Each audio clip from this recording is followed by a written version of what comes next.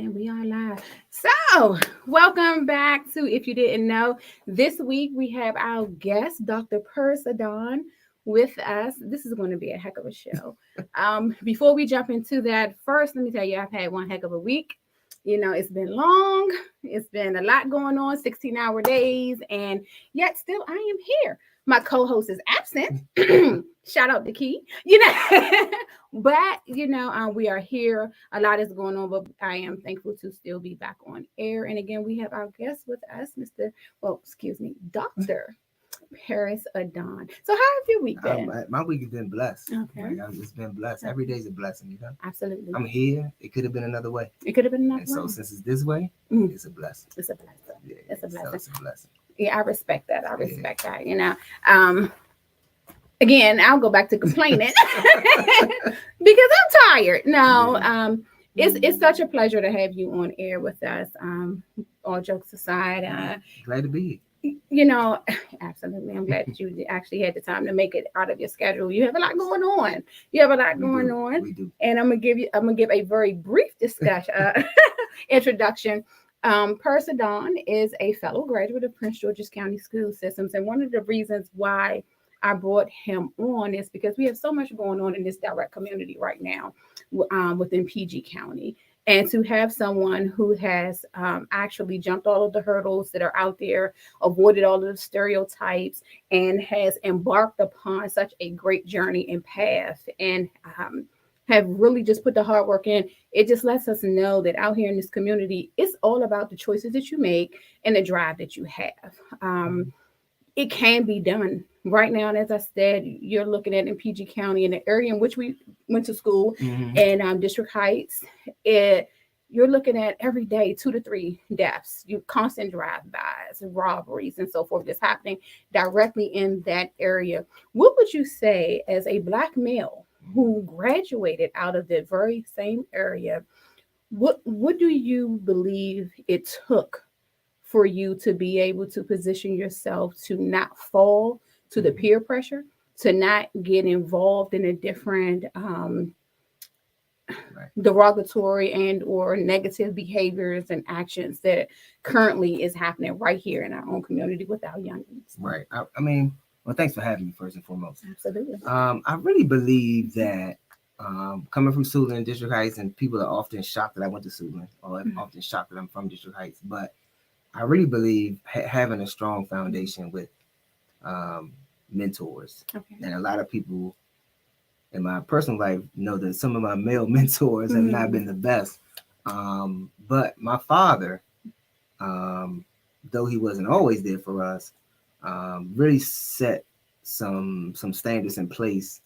From what I can remember, when I was 9 years old, he would say, "My 2 boys are going to go to school," right? And then my brother, who 2 years older than me, also made sure that, he went to school, I went to school, and we made sure that we went to school for school. We didn't go to school for other things. Of course, we were into the social activities and all because you were in the sports really, and everything. We was in the sports and stuff like that. Sports played a huge role in why I became successful. And then again, back to what I said, my mentors, I started with my father as a 9-year-old. And then when I got to Suitland, it really became my coaches, right? Like my football coaches, one of them who actually passed away in a car accident, Coach Nick Lynch, rest his soul. But he, along with Coach Overton and some of my other mentors, Coach Tweedy, those men at that time, Coach Lynn, they really wrapped their arms around me as a boy, knowing that I did not have a father. And Coach Overton, I still talk to this day. Okay, wow. I call him Papa O, for example. And those guys really mentored us and made sure that we stayed in that close-knit, tight-knit group. And then Miss Caldwell, who was also a teacher at Suitland, who passed away, God rest her soul. They really just wrapped their arms around me. And that's something that Suitland offered. And my kids and my family, my wife joke about it all the time. They like, "Oh, you talk about Suitland all the time." I'm like, because Suitland really gave me such a big part, such a huge foundation in my family. And that's why when people say negative things about Prince George's County Public Schools, I'm like, no, like Prince George's County Public Schools kind of made me who I am. So that's how I think I was able to stay away from the mess, because I really found the right mentors, or the mentors found me, should I say. And they actually started in the home. Yeah, It really I actually started in the with my home. father, I believe. I mean, my mother too, but I believe Mm-hmm. my father is really, he really set the tone. Like I said, he left when I was 10, but when I was from 1, 2, 3, 4, 5, 7, 8, 9, he was just a strong proponent of my boys are gonna go to school.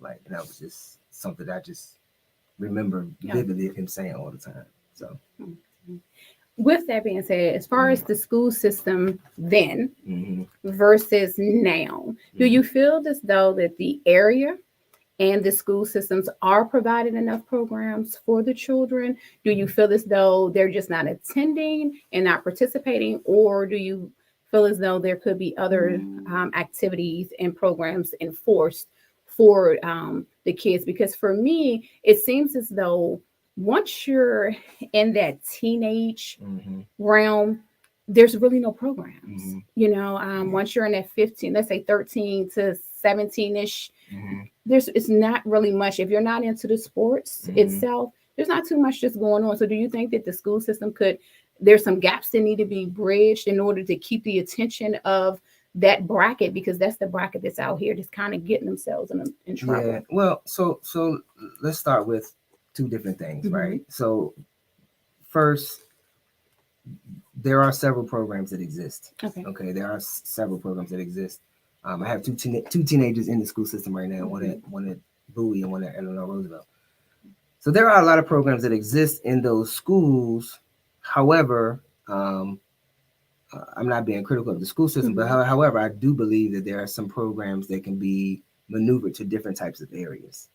And that comes with really knowing your population, or really knowing your group, or knowing your citizenry, or knowing your people who are going to your particular schools, to really build sustainable programs into those particular schools. For example, the needs at Eleanor Roosevelt are extremely different from the needs of Crossland High School. Absolutely. Right? Two totally different schools, two totally different populations, two totally different needs. Yet both are still in PG County. Both are still in Prince George's County, correct. And so it's just there's some programmatic issues that may exist. But again, I haven't studied the school system enough to really provide a solid answer to that. But I do know that the demographics are so different. And then I think not just the school system, but the communities have to participate a little bit more, because those communities are so different. And then the schools are usually a result of what's going on in the communities. Absolutely. And so the communities probably need to step the game up a little bit and provide more programming, and really providing more outreach. Some of the stuff that we do with mentoring to young people, probably a little bit more on those communities that have a higher need. So, okay. Yeah. Wow. That's like you said, what's needed in Crossland versus what's needed over at Eleanor, over at Roosevelt. Right. And the community being able to step up and take part in the things that's going on. That's one of the things that, if you didn't know, is mainly, advocating for, is to make sure that we're putting the footwork in and going back in these communities, talking to the schools, and finding out which kids are problematic or which kids have an additional need, so that we can work with them. Not to say that the kids who are on the right track shouldn't get additional programs or just have other things offered to them. We just want to make sure that those that are lacking, some gaps can be bridged, and we can be there and be a face. Because coming out of the community, I believe it's our duties to make sure that we go back and, as alumni, and as individuals, period, and make sure that other kids are able to come up and have a little bit more during the holiday seasons and so forth. There's so much just going on, and people give back during that time. But there are so many that's struggling every day. Whether it's academically, whether it's and on the home front, financially, there's help that's needed every single day. And we're trying to make sure that we position ourselves with the school systems and with the different communities, recreational centers and so forth, and find out what we can do as individuals to provide another outlet and another resource for them to be able to come and participate in, and for us to give back to. Do you feel that there's more drives that can come from the educational side, or within the direct communities. I can say that one of the schools here in PG County, Sam UP Massey, it's one of the charter schools. I believe go from well, actually it started like they do 2-year-olds all the way up to like 8th grade. But every Monday, they actually give back food and so forth to the community. Have a food bank program, and you don't have to show ID, so they don't even know if you're actually from the actual community, but their attention is on making sure that another family is getting fed, and they're getting the groceries and so forth that they need, even if it is for 2 or 3 days or a day. Do you think that there are other things out there like that just all of the schools could be doing versus just 1 or 2? Yeah. So not to cut you off, but I think there are some systemic changes that can be made countywide, and not just on the schools, but as far as the county is concerned. If you look at other communities, you see that there's a sense of family. And when I say sense of family, I don't mean traditional. I mean they're non-traditional as well.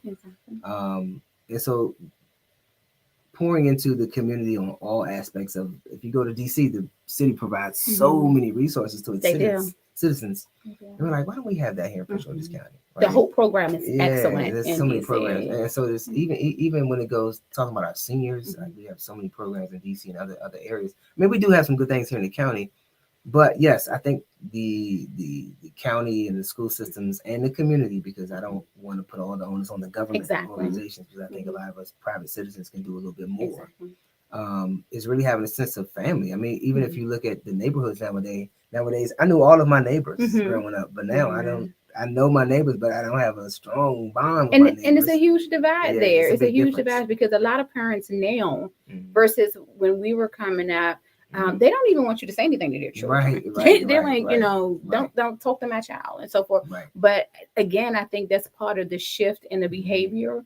And I think that's why there's a disconnect between the have and the have-nots. And so those who are privileged and those who are not so privileged. I mean, I just remember growing up on Harvard Road, we knew all 20 houses. There was 20 something houses on there. We knew everybody, literally. If I walked from my house down to the end of the street, they knew who I was. They knew who my brother and I were. Even my old best friend lived on the end of the street. And nowadays, my daughter doesn't even know our next door neighbor, and they're the same age. Right? It's just a big change in the demographic. It's a change in the way our culture, I think, has changed a little bit. And I think that's why there's such a divide in some of the poverty increases and some of the challenge increases amongst our community, because we've divided ourselves. I would love to not be divided, but it's just kind of how the culture has changed these days. Definitely agree with that.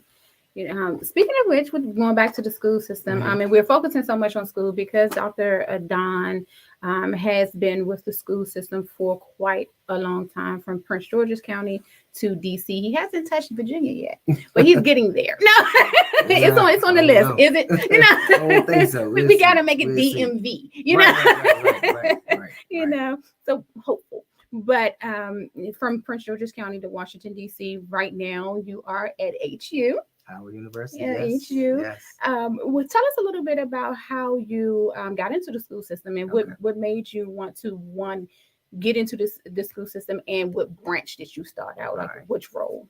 All right. So the genesis of me wanting to be in education came from me wanting to be a football coach.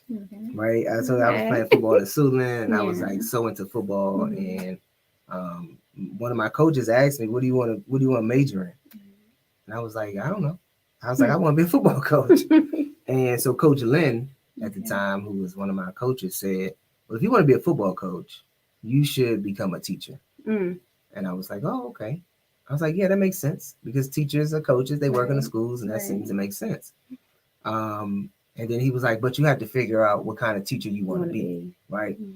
And so I did a little bit of research back then. And then, back then we had to go to an actual library. Right. We didn't have Google. Right. They don't know anything about the Dewey Decimal System. Right. They don't know. So I did a little research, and I learned that people that look like me, my demographic was overrepresented in special education classes. So the misrepresentation and overrepresentation of African American males in special education was just profound to me. And then my best friend at the time, Gordon Sampson, his mom was a teacher. His father was a principal at Largo. And his mom told me, I don't know if they remember, his mom told me, if you go into special education, you'll always have a job because there aren't many special educators and they definitely don't look like you. And I was like, okay, well, great. So this is what I want to do. So I said, I want to help steer young boys from getting misrepresented or mislabeled or under-identified or misidentified into special education. And so that's how I started my journey. And my first job was at Forestville High School, teaching at 21 years old at Forestville High School. And then I matriculated to Options Public Charter School, and then to Kennedy School, where I became principal. And then now at HU, doing similar work. As I'm director of student services at HU, where we provide services for students with disabilities.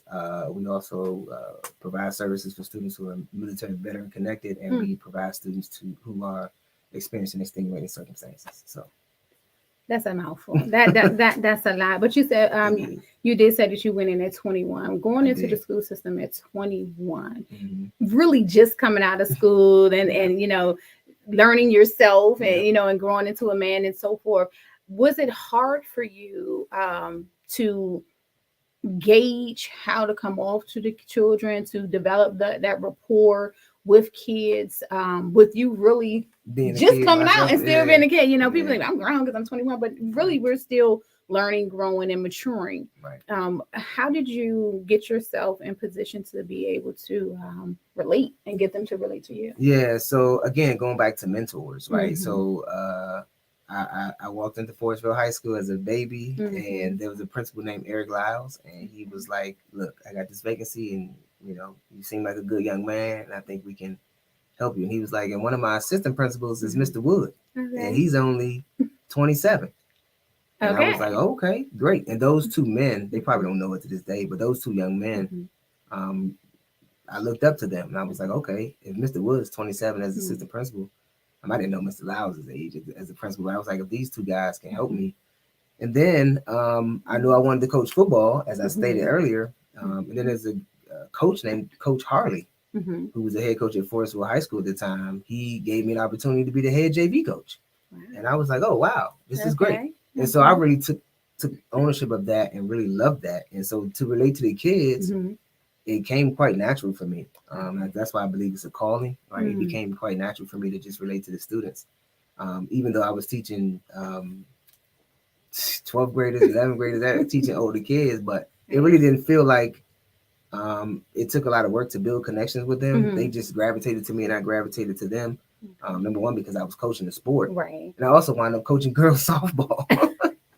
Which I knew nothing about. Yeah, I was an assistant on that team. I was an assistant coach on that team because they needed the assistants, and I just loved being around that type of environment. So it really didn't take a lot of work, but I knew I was from that community, and those kids reminded me of myself. So I was like, it wasn't too hard to do. Okay. Yeah. And you did say that going in today, that you was pretty much advised that as long as you go into the special education department and so forth, that you always have a job in that. Right. How did it affect you initially going in and having to coach, mentor, teach, and direct children that were more challenged? Yeah, so that's funny. It's a great question because a lot of people say I can't do that. And not at Forestville High School, but at some other schools I wound up teaching there. We had kids who were spitting on us, throwing chairs, flipping over tables, calling us all kind of names. Yeah. But again, it goes back to a calling, right? It's a calling, and so when somebody's flipping over a desk, I'm not going to flip the desk back over at you. Like I'm just not that type of person. I think my spirit is just a very calm spirit. That's just a calling, and it just came natural. So innately you were able to be able to cope because like you said, that's something that's very hard. Right. I couldn't imagine, some of those things that you just mentioned, especially being spit upon and so forth. But then you have to separate and say, this is a child, and this is a child that has a disadvantage. Right. So they need this special attention and so forth. And you put yourself in that other mindset as if they're a baby, so to speak. And not to cut you off, but I think when I was teaching at a school where students were categorically classified as emotionally disturbed. Okay. And those students were some of the most severely challenged students. Um, but I got to know their stories, and I actually remember writing down their stories. And so, like some of those kids, once you know their stories, you kind of understand why they act, The way they do. why they would act the way they were. Like you hear about a boy being molested, and you hear about student. One student has seen his mom get raped, Oh, wow. and another student has seen his two of his siblings be murdered, and So a so lot you of trauma. understand, yeah, You you understand the understand why they're disconnect. angry, right? And then so it was our job to wrap our arms around them, Right. right? It wasn't our job to try to change them because they have been through traumatic Enough already. experiences, and some of their stories were so heartbreaking that you kind of focused on the social emotional more so Right. than the academics, because it's like if you can't cope socially and emotionally in our society, Right. then you're gonna wind up in jail or dead or committing crime, something like that. So it was more about getting those kids to adapt socially and emotionally. And I became a mentor for them more so than a school teacher, because they had such negative interactions with school teachers. And most of these kids have been put out of school. And so we just found a good way to wrap our arms around them. So and I've kind of just gravitated to that population. So that's why it's a calling. And it's a beautiful Definitely calling. calling to be able to put yourself in the mindset to give back, and Yeah. then, like you said, it's innate. It's just Yeah. something that you feel like is your calling, and Right. Right. is your calling. Do you believe that it's a good segue into when you speak of the childhood traumas and things that kids have gone through and what they've seen? A lot of that plays such a big role into what's going on right now in the community with the cry outs. There are a lot of them are going unheard. There is so much division, even just in the natural upbringing as to how kids are being raised, now versus more so when we came up. When you look at the difference, and even with age, from a grandmother when we were coming up to the grandmothers now, and the way that they relate. When you look at social media, and our grandmothers wouldn't have never, would been twerking and showing cleavage or anything on social media in our time. But we fast forward up, and that's exactly what you see.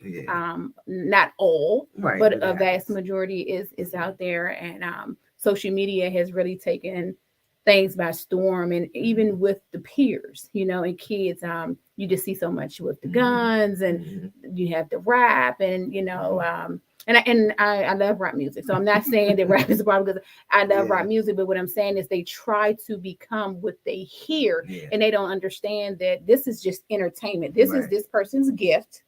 And they're singing and they're rapping in this form, and using these lyrics because that's what sells. It's not necessarily what they're living. Though you have rappers that have, but when you look at the ones like a Jay-Z, who rapped about, all of the pride and things that he did, versus now, that difference. And look how he was able to position himself. A lot of these kids don't even get past 18 in this rap. It's such a divide. And but they feel as though, to me, a lot of these kids feel as though the street is more home than home. Well, yeah. So let's talk about that for a second, right? So as I said, for me, it started with my father, right? And I think first, let me say this before I say this comment. There's a misrepresentation of African American fathers not involved, okay? Because African American fathers statistically are involved. I think that's a misrepresentation first and foremost. But however, I think that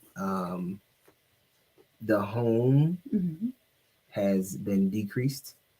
And when I say the home, I mean like a solid foundation for a child, right? Like every child needs a solid foundation, right? So if the child doesn't have a solid foundation, then you kind of just let them, they grow up on their own, they find their own ways, and they find other things to get into, to find that love that we all need, cherish, and we all yearn for. And if a child doesn't get that love, they're going to turn to other avenues, right? So like if a child doesn't have the love of a parent, or some type of guardian or mentor or figure who can help guide them, they're going to turn to a gang. or they're going to turn to a friend or somebody. Whoever that person may be may not be the right person for them, or anybody that has a godly spirit, or just leading them towards a godly activity.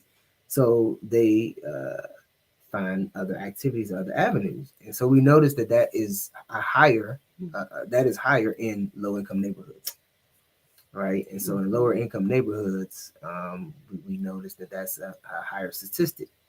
And so I think if we can really uh, think about reversing that trend, or how we can provide for children who just don't have.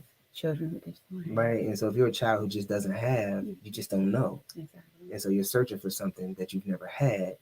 Then you're running a rat race of unsuccessful activities or non-positive activities, and the outcomes statistically are just detrimental.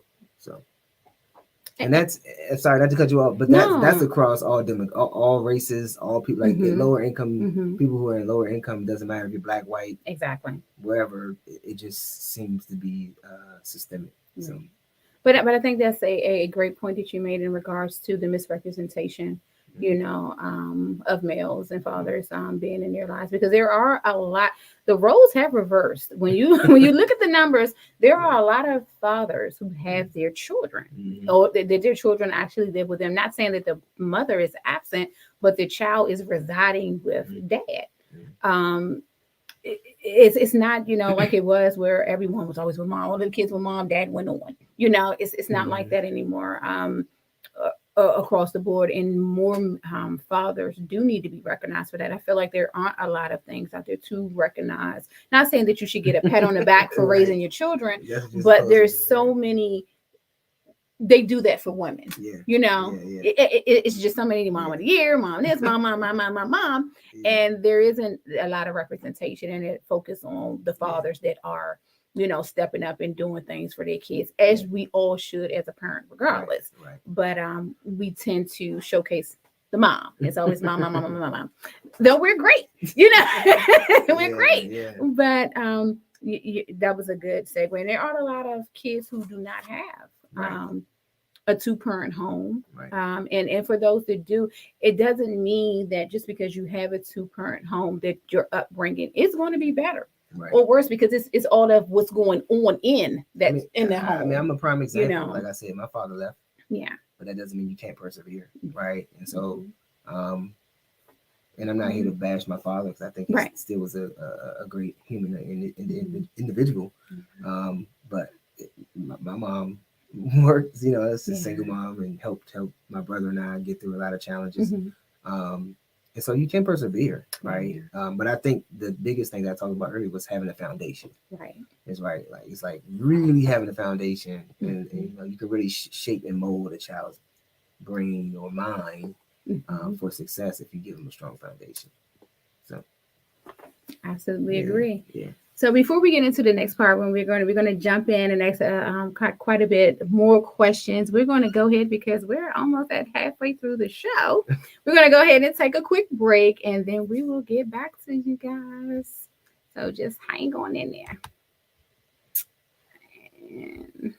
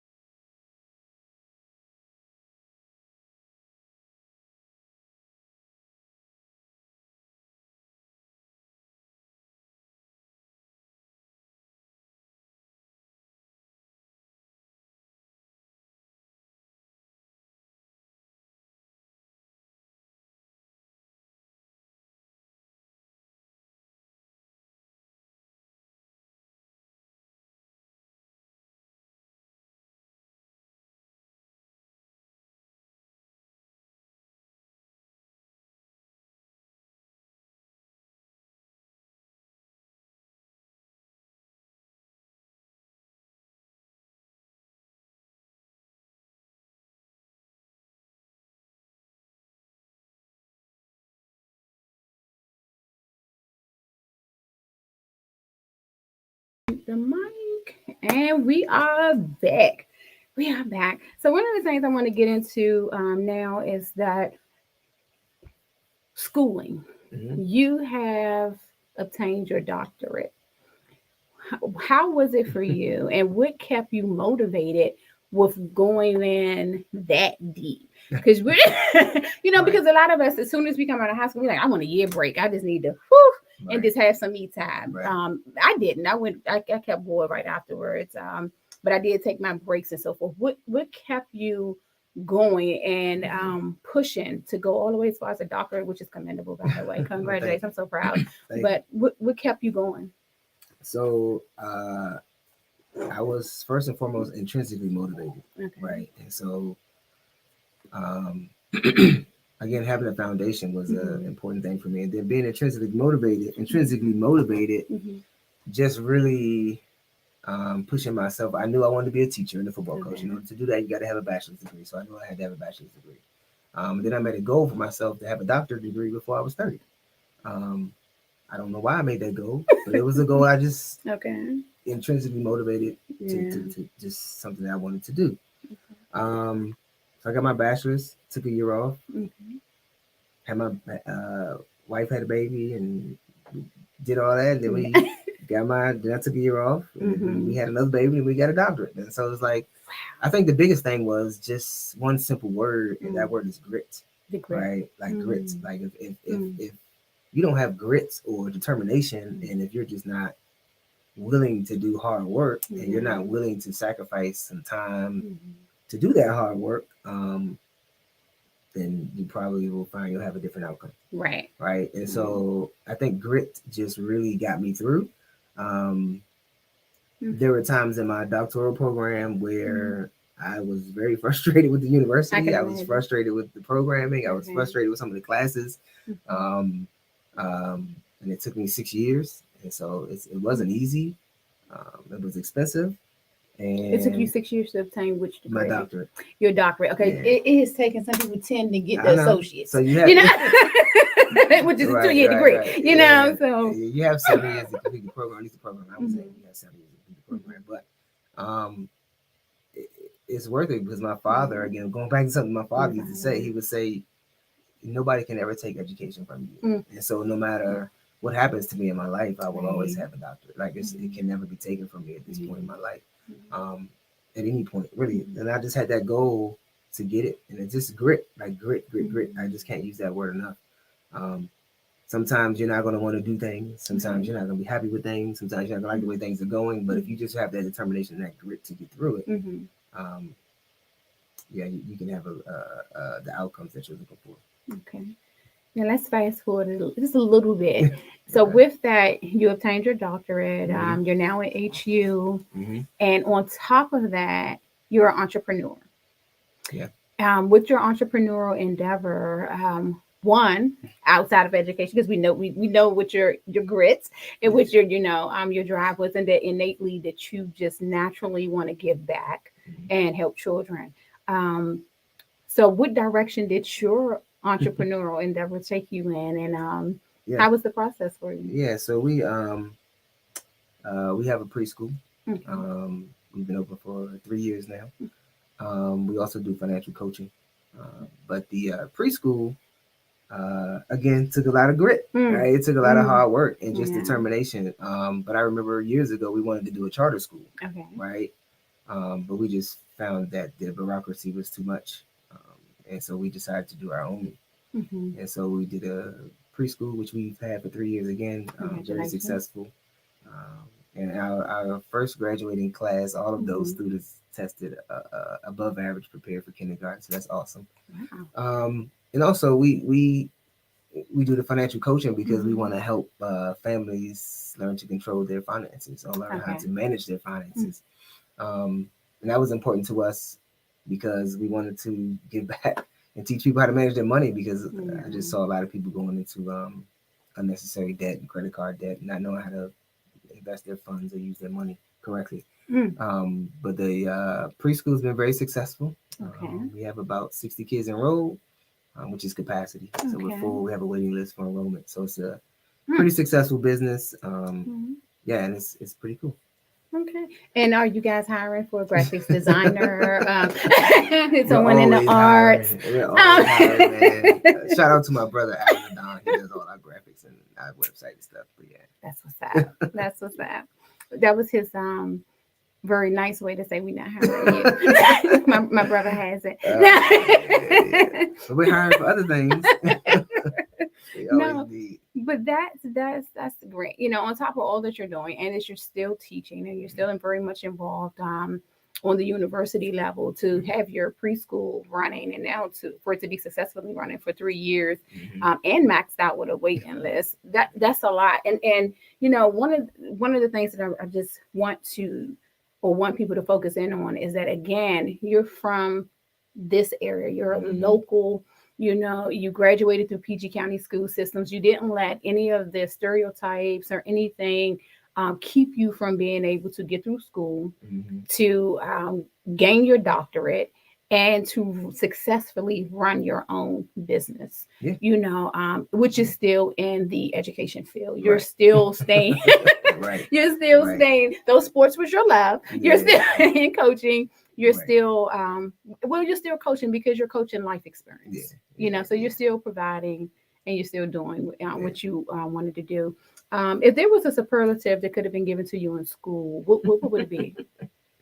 I really don't know. Like, I Really? mean, I do remember, and I'm not bragging because I don't want to do that, but I do Mhm. remember elementary school, um, winning most school spirited, Mm-hmm.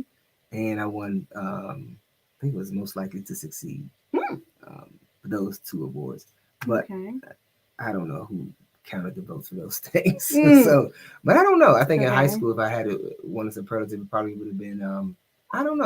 I wasn't anything special in high school. I didn't stand out. Like I wasn't. You wasn't anything special in high school. No, I wasn't the best football You player. wasn't. We had Lamar Jordan on our team who wound up Mhm. going to the league, to the NFL, so he was a lot better. Okay. Fernando Coleman was a lot better football player. I mean, Okay. Derek Pennington, Clinton Dickens, William Penn, all those guys were a lot better Wow, I football haven't heard players some of than them me. names in so long. Yeah, they all were Wow. better football players than me, so I Okay. wasn't the best football player. I didn't have a 4.0. Mhm. Like I wasn't the smartest person in our class. I Yeah, it wasn't. has his doctorate. Right, I was going to say. So that goes back to just show you that Mhm. if you really put your mind to doing things, Right. you can do it. If you really display grit, Mhm. you can do those things. So shout out to all my Sula football teammates. Because he named them. Yeah, I You named know? some of them. Some of them. I He definitely named named some of them. them. No, Reggie Spencer, Marcus Jackson, Rob Nathan, all those guys were much better than me Oh. at football. I was just on the team. Them So, Rams, them yeah, Rams. yeah. Wow. So, is there any particular quote Yeah. that you apply to your life that you live by? Um, uh, Martin Luther King said a lot of quotes that I Mhm.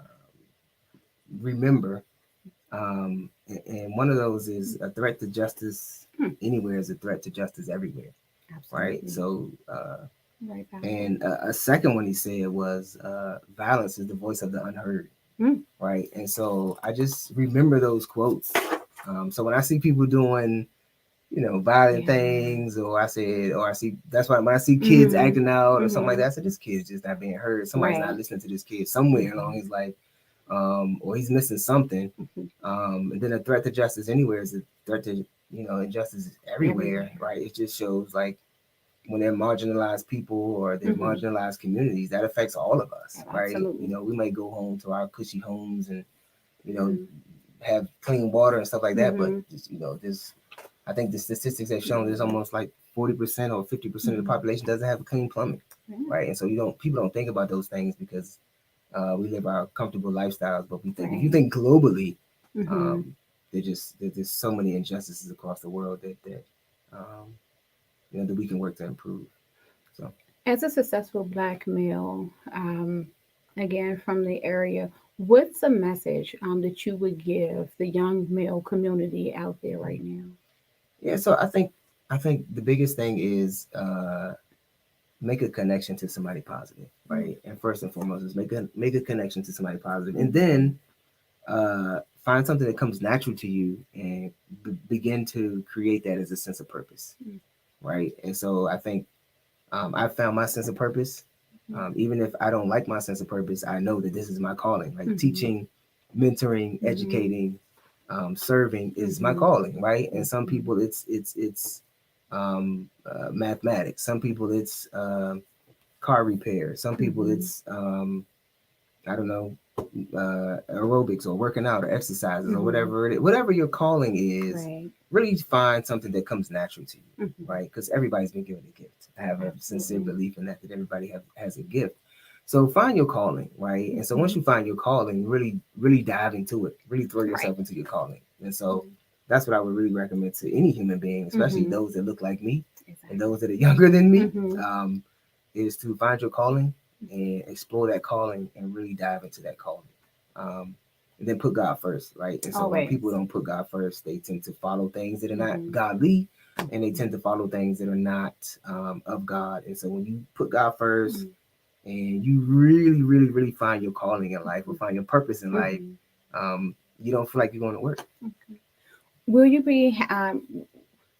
Will there be any type of mentoring that you would be doing or a program that you would be doing? Because it seems like this is just something you're so passionate about. Do you think that that's an area that you will Yeah, grow in yeah, regards to mentoring and just having something where a kid or two or something can come to and yeah. just learn and like you said, see someone who looks like Right, them right, that's doing it in a positive light? right. Do you think that's an area that you would get into as well? Yeah, that's something we probably need to increase, but we started doing that at Howard University already with some of Okay. the students that are there. But we Hmm. probably need to start doing more with catching kids earlier, Hmm. before they get to Howard University.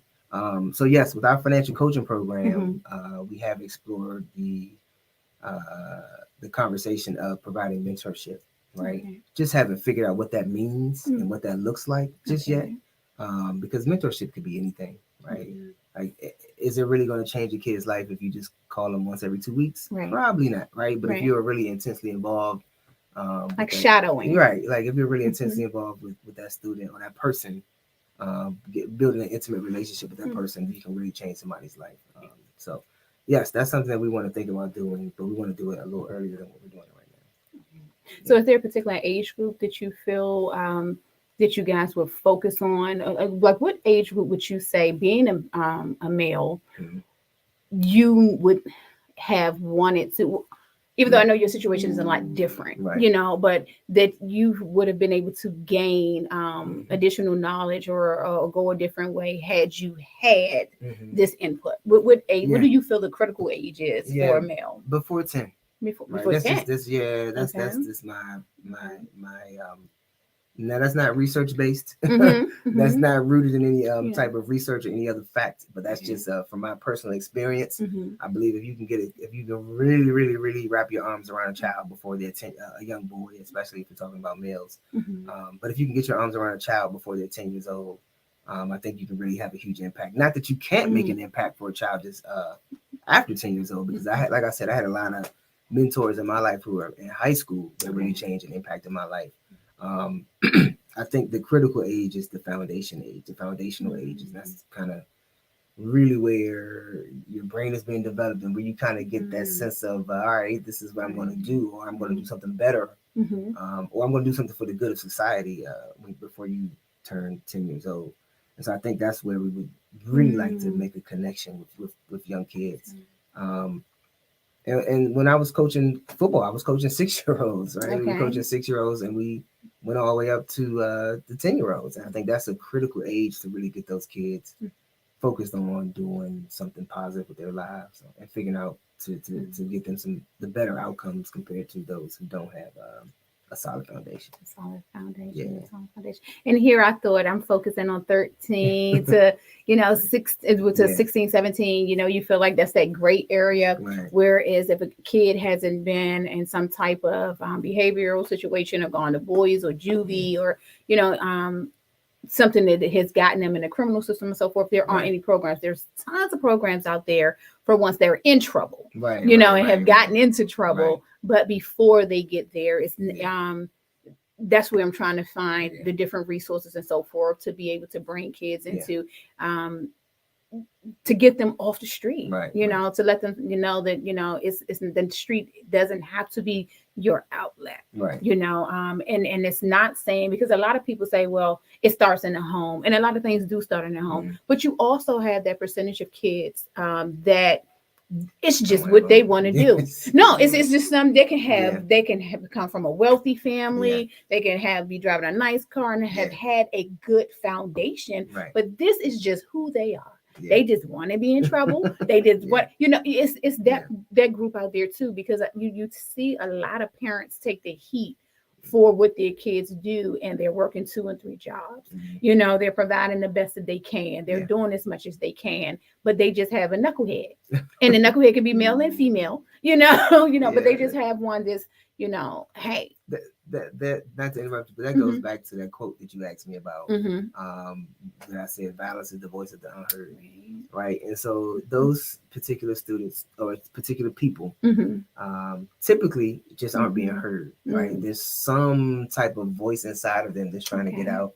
Um, be it you had the good family, you had the society. I Mm-hmm. mean, you had the you passed the societal norms of Right. you're not low income, you got Mm-hmm. two parents, and y'all got cars and all these things, and you still have a Mm-hmm. child who's participating in some activities that Right. can be sketchy or not appropriate or Mm-hmm. whatever the case may be. It's that child that still has the violence of is the voice of the unheard quote, Right. right? Like they are looking for something, they're unheard for some reason, and Mm-hmm. there's something that somebody's not getting that they just can't get out, Mm-hmm. and so therefore I'm gonna get it out in any way that you can hear me.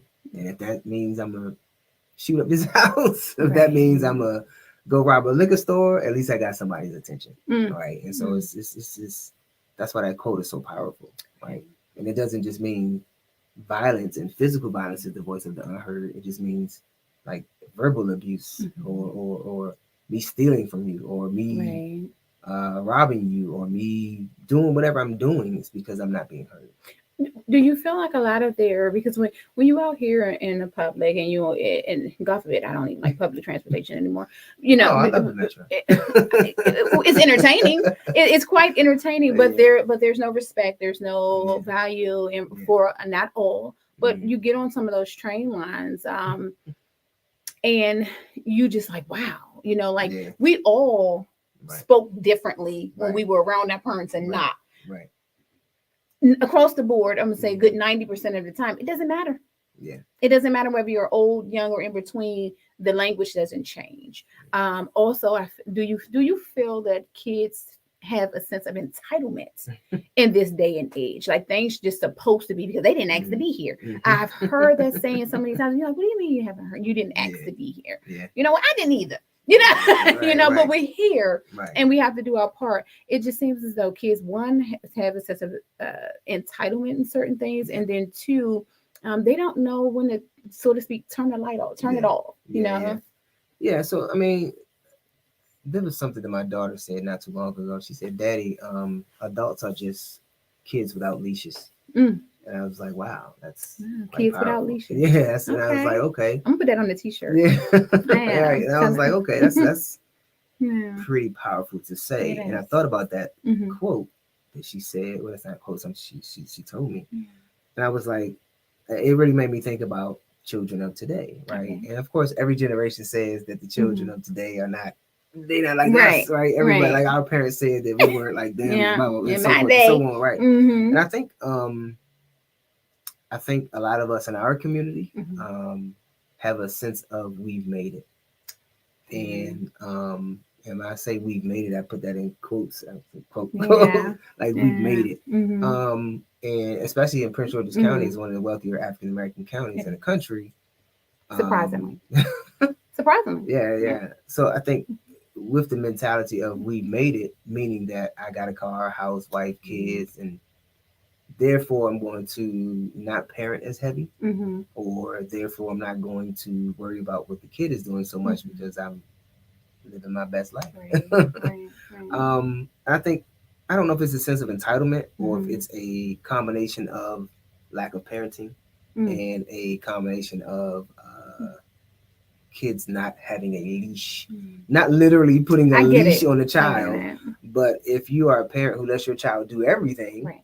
then they're going to do anything, right? And so having that mindset as a parent myself who has two teenagers who are great kids, and people always say, oh, it's tough having two teenagers. I'm like, no, my kids are beautiful people. Like they don't cause us any problems, if any at all. And that's because we have not literally, in a sense, put a leash on them, but we Right. have wrapped our arms around them and raised them, Mhm. and so they don't have to feel this sense of entitlement. I tell them all the time, you're privileged, right? Yeah. Like, you part of this, like, you're a privileged kid, right? And they're like, yeah, like, we got internet, water, food, clothes, Mm. resources, and that's why when we pray, we say thank God for all these Thank things He's given us, Yes. like, because it could have been another way, Mhm. and so we're just so grateful and thankful for that. So It's beautiful, and it's no, but it yeah, is. It's a lot, and at the end of the day, the main purpose is the one for this particular show is to hopefully provide a little bit more light and just shed insight on the fact that you can do it. But yeah, like you said, you have to have that grit. grit. Yeah, It's you everything. have to have that grit. And Yeah. though it's voting season, we didn't coordinate this, and we don't necessarily stand with the colors represent, Yeah, vice versa, true, true. but do vote. Yes, No, yes. but do get out I there agree. and vote. Yes. But do get out there and vote. I want to thank you so much for coming on today and providing your insight and just letting us know how you got there and that it's reachable. You're showing that it's reachable, and it doesn't matter whether you're black or white. It doesn't matter your Yeah. race. It doesn't matter your sex. Everyone can do it. You Yeah. don't have to have the highest GPA or anything. It's just a matter of you wanting to get it. Right. Just wanting to Right. get it. You just got to say, let's go, let's get it and do it. Right. And that's pretty much it. How can they reach you?